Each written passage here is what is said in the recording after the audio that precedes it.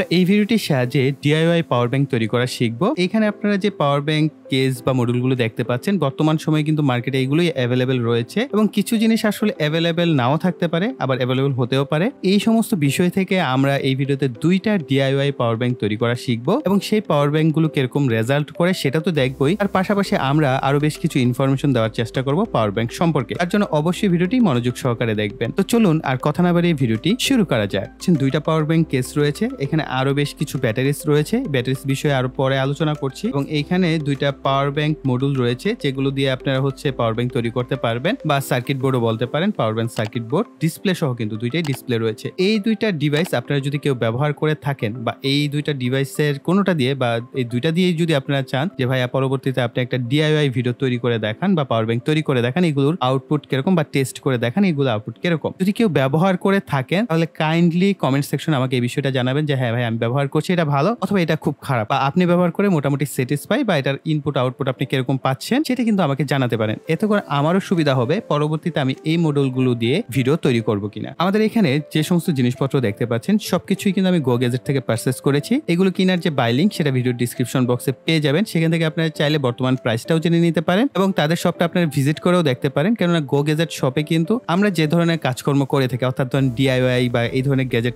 তৈরি করতে ভালোবাসি, এক্ষেত্রে আমাদের বিভিন্ন ধরনের ব্যাটারিজের প্রয়োজন হয়, সার্কিট বা মডিউলের প্রয়োজন হয়, তার অসংখ্য কালেকশন কিন্তু গো গ্যাজেট শপে রয়েছে। যদি গো গ্যাজেট থেকে 500 টাকার উপরে যে কোনো ধরনের কেনাকাটা করেন তাহলে কিন্তু আপনারা একটা ডিসকাউন্ট পেয়ে যাবেন। সাপোজ আমরা এইখানে বাই করছি, তার নাম দিবেন, মোবাইল নাম্বারটা দিয়ে দিবেন, ইমেল অ্যাড্রেস এটা অপশনাল, প্রয়োজন হলে দিবেন, না হয় দেওয়ার দরকার নাই। এরপর আপনার অ্যাড্রেস, আপনি যেখানে থাকেন সেই অ্যাড্রেসটা দিয়ে দিবেন। আমি এক্সাম্পল একটা অ্যাড্রেস দিয়ে দিচ্ছি। এখান থেকে কিন্তু আমরা ডেলিভারি চার্জ সহ দেখতে পাচ্ছি 880 টাকা আসছে টোটাল। তো আমরা এখানে EST26 প্রোমো ব্যবহার করব, অ্যাপ্লাই করে দিব।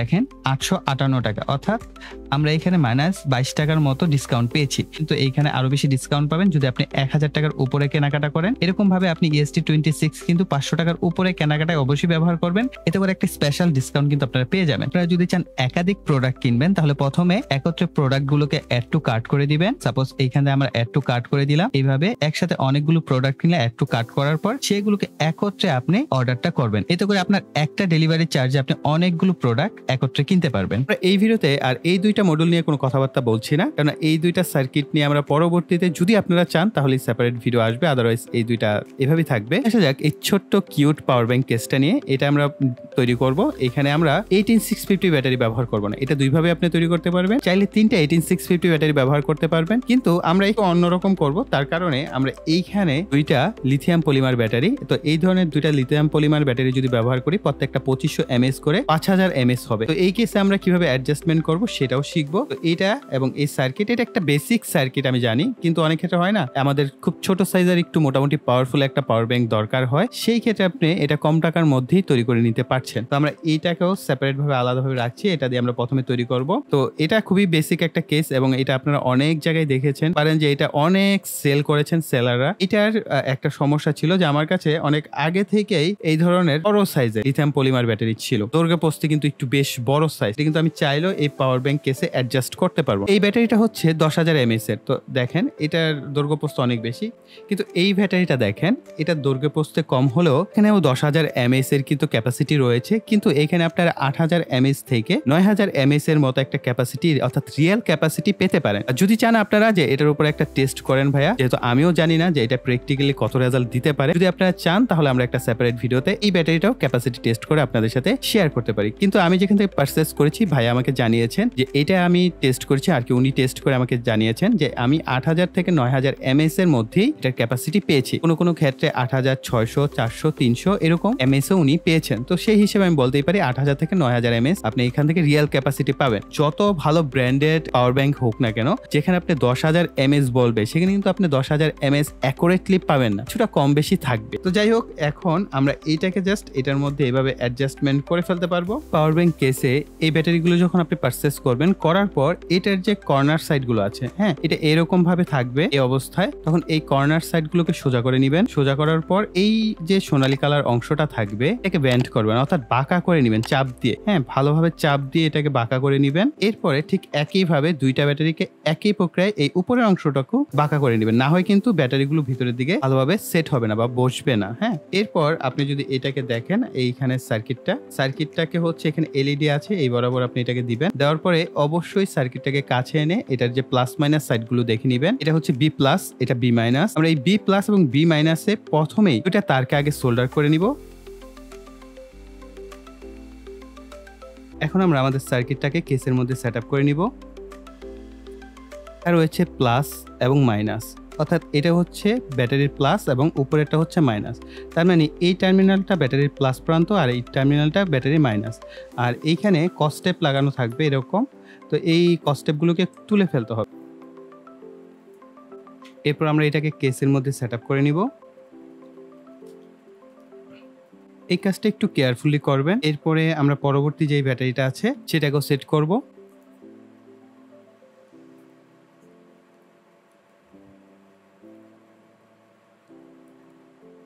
এগুলোকে ক্রিপ্টন ট্যাপ বলা হয়। যদি ক্রিপ্টন ট্যাপ আপনার কাছে না থাকে তাহলে নর্মাল যে কস্টেপ আছে সেটাও দিতে পারেন, কোনো অসুবিধা নেই। আপনার কাছে যেটা আছে সেটাই আপনি ব্যবহার করতে পারেন।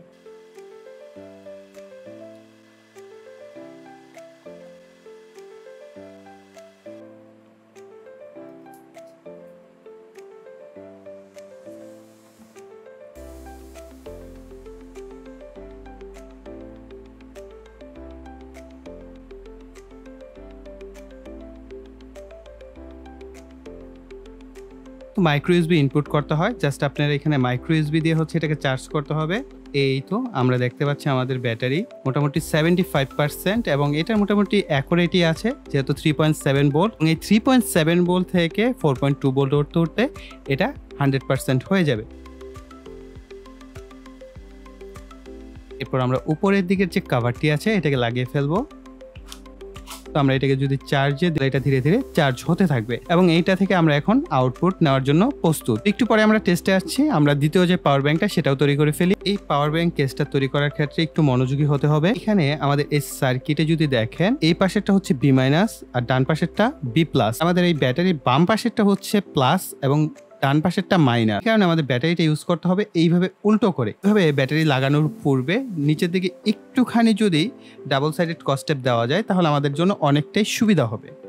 আর ডাবল সাইডেড কস্টেপগুলো ছোট ছোট পিস করে নেবেন। বড় করলে যেটা হবে, উপরে কেসটা লাগাতে তখন ব্যাটারির উপরে চাপ পড়বে এবং কেসের উপর চাপটা পড়বে। এই কারণে আমি ছোট ছোট টুকরা করে এখানে এক একটা অংশ লাগিয়ে দিচ্ছি।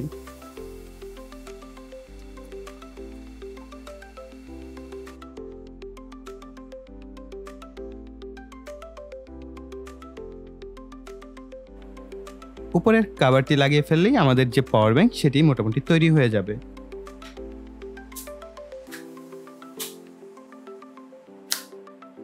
পাশের দিকে হচ্ছে একটা বাটন আছে, এটা প্রেস করলে আপনি ব্যাটারির যে স্ট্যাটাস সেটা দেখতে পাবেন। চলুন এখন আমরা এদের যে পাওয়ার টেস্ট, এটা কত ওয়াট ইনপুট এবং আউটপুট দেয় সেগুলো জানবো। প্রথমে আমরা এই ছোট পাওয়ার ব্যাংকটাকে টেস্ট করব। তো এটার যে ইনপুট সেকশন আছে সেটা চেক করব। এইখানে মাইক্রো ইউএসবি ব্যবহার করা হয়েছে। এটা আসলে এই যুগে বেমানান, তারপর অনেক ক্ষেত্রে আবার অনেকে ব্যবহার করেও থাকে। যাদের কাছে বাটন ফোন আছে সেই বাটন ফোনের যে চার্জার সেটা দিয়ে চার্জ করতে পারবেন। তো এটা আমরা জানি, আমি বেসিক্যালি জানি যে এটা 5 ওয়াটের বেশি ইনপুট নিবে না চার্জিং এর ক্ষেত্রে। তারপর আমরা টেস্ট করে একটু দেখি যে আমাদের টেস্টার কি বল। আপনারা দেখতেই পাচ্ছেন আমাদের এখানে কিন্তু 5 ভোল্ট আছে আর 0.867 এম্পিয়ার এবং নিচের দিকে যদি আমরা ওয়াটেজ দেখতে পাই 4.360 ওয়াটের মতো কিন্তু আমাদের এই ডিভাইসটি চার্জ হচ্ছে। অর্থাৎ এর যে ইনপুট সেকশন সেটা আমরা এখানটায় দেখলাম। এখন এটার ইনপুট আমরা যেটা পেয়েছি সেটা হচ্ছে এক কথায় 5 ওয়াট, 5 ভোল্ট 1 এম্পিয়ারের মতো আপনারা পাবেন ইনপুট সেকশনে। এখন এর আউটপুট সেকশনটা আমরা চেক করব। আমি আমার Realme C61 এই ফোনটাকে চার্জ দিচ্ছি 4.9 অর্থাৎ 5 ভোল্ট এবং 0.875 এম্পিয়ার রেটে হচ্ছে আমাদের যে ফোনটি সেটি চার্জ হচ্ছে। তো আমরা আমাদের এই ফোনটাকে চেঞ্জ করে আমার যে স্যামসাং A51 আছে সেটাকে কানেকশন দিই। আপনারা দেখতেই পাচ্ছেন সিমিলার টাইপের রেজাল্টে কিন্তু আমরা পাচ্ছি 4.8 এবং 0.9 এম্পিয়ারের মতো কিন্তু আমরা পাচ্ছি। অর্থাৎ এগুলো থেকে না আপনি 5 ওয়াটের বেশি এক্সপেকটেশন করতে পারেন না। 5 ওয়াটে হচ্ছে আপনি ফোন চার্জ করতে পারবেন এবং 5 ওয়াটে এই ডিভাইসটিকে চার্জ করতে পারবেন। 10,000 mAh এর যে পাওয়ার ব্যাংকটি সেটা, তো এটাকেও আমরা সিমিলার ভাবে ইনপুট দিতে পারবো। এখানে দুইটা ইনপুট সিস্টেম আছে, একটা মাইক্রো ইউএসবি আর একটা হচ্ছে টাইপ সি। দুইভাবে আপনি এটাকে ইনপুট দিতে পারবেন। এটা গুড, কারণ আমাদের যে স্মার্টফোনগুলো বর্তমানে সবই টাইপ সি হয়ে গেছে। আমরা টাইপ সির মাধ্যমে এটাকে ইনপুট দিয়ে দেখি এটা কত ওয়াটেজ ভ্যালুতে ইনপুট নেয়। আমি এই ক্ষেত্রে আমার স্যামসাং এর যে অ্যাডাপ্টারটি আছে সেটি ব্যবহার করছি। 5.23 ভোল্ট এবং 1.9 মানে 2 এম্পিয়ার। আমরা এখানে বলতে পারি 10 ওয়াট রেটে কিন্তু আমাদের এই যে পাওয়ার ব্যাংকটি এটি চার্জ হচ্ছে। অর্থাৎ পূর্বেরটা একেবারে যেমন বেসিক ছিল 5 ওয়াট, এটা কিন্তু তার ডাবল রেটে ব্যাটারিটি চার্জ হচ্ছে। তার মানে আমরা এখানে দেখতেই পাচ্ছি যে 10 ওয়াট রেটে যে পাওয়ার ব্যাংকটি এটি চার্জ হচ্ছে। আপনারা এই ক্যাপাসিটি টেস্টারও দেখতে পাচ্ছেন, 10 ওয়াট রেট কিন্তু এখানে দেখাচ্ছে। আমাদের ফোনটিও আমি দেখতে পাচ্ছি যে 5 ভোল্ট 1.4 এম্পিয়ার রেটে হচ্ছে চার্জ হচ্ছে, 7.2 ওয়াট রেটে হচ্ছে আমাদের ফোনটি চার্জ হচ্ছে।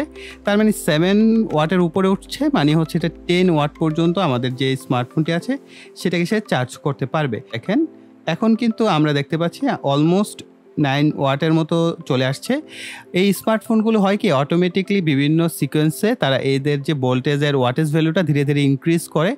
এই কারণে অনেক ক্ষেত্রে ওয়াটেজ আমরা কম দেখতে পাই, আবার অনেক ক্ষেত্রে ওয়াটেজ ভ্যালুটা বেশি দেখতে পাই। ওকে, তো আমরা এটাও ধরে নিতে পারি যে 10 ওয়াটের মতো আপনি আপনার যে স্মার্টফোনটি সেটিকে চার্জ করতে পারবেন। তো আমাদের স্মার্টফোনটাকে আমরা চেঞ্জ করি, স্যামসাং ফোনের সাথে কানেকশন করে দিলাম। কিন্তু একই রকম ওয়াটেজ ভ্যালু এখানে দেখতে পাচ্ছি, 7 ওয়াটের কিছুটা উপরেই হচ্ছে আমাদের আউটপুটটা দিচ্ছে।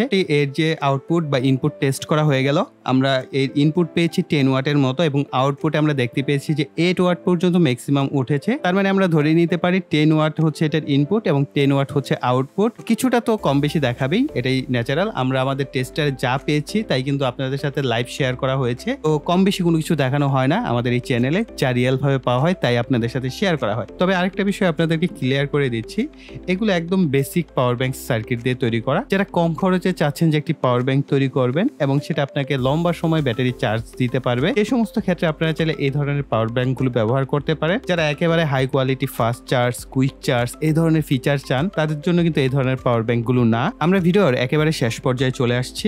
এখানে একটি 10,000 mAh এর লিথিয়াম পলিমার ব্যাটারি আছে। মোটামুটি আমার কাছে 3টা এই ব্যাটারিগুলো আছে। এইগুলো দিয়ে আমরা কি কি প্রজেক্ট করতে পারি সেটা সাজেশন কিন্তু প্রিয় ভাইকে জানাতে পারেন। আই থিঙ্ক আপনারা আমার চাইতে অনেক বেশি ইনোভেটিভ আইডিয়াস রাখেন, সেগুলো আমার সাথে কিন্তু শেয়ার করতে পারেন। এই দুইটার উপর কি এরকম একটা আমরা এক্সপেরিমেন্ট করতে পারি কিনা, এর ইনপুট আউটপুট কিরকম, বা এটা কি ফাস্ট চার্জ বা কুইক চার্জ সাপোর্ট করে কিনা এই মডিউলগুলো, বা আমরা এই পাওয়ার ব্যাংক সার্কিটগুলো দিয়ে যদি আমরা পাওয়ার ব্যাংক তৈরি করি সেগুলো কিরকম হবে, সেই সমস্ত বিষয়ে যদি এক্সপেরিয়েন্স করতে চান এবং আমরা যদি এক্সপেরিমেন্ট করতে চাই তাহলে কিন্তু প্রচুর পরিমাণে কমেন্ট করে জানাতে হবে, হ্যাঁ ভাইয়া আমরা এই দুইটা পাওয়ার ব্যাংক সার্কিটের উপর ভিডিও চাই। তাহলে কিন্তু আমরা পরবর্তীতে এই ধরনের ভিডিওগুলো আপনাদের জন্য নিয়ে আসবো। আর প্রিয় ভাইরা অবশ্যই ভিডিওতে লাইক দিবেন। যারা এই পর্যন্ত কষ্ট করে দেখেছেন তাদেরকে অসংখ্য ধন্যবাদ। আর যারা এখনো চ্যানেলটিকে সাবস্ক্রাইব করেনি তারা ভাই অনেক কিছু মিস করছেন, তারা অবশ্যই চ্যানেলটিকে সাবস্ক্রাইব করে পাশে বেল বাটনটি অ্যাক্টিভ করে রাখবেন পরবর্তী ভিডিওর নোটিফিকেশন পাওয়ার জন্য। তো এই বলে এখানে বিদায় নিব। সকালে ভালো থাকবেন, সুস্থ থাকবেন, টাটা।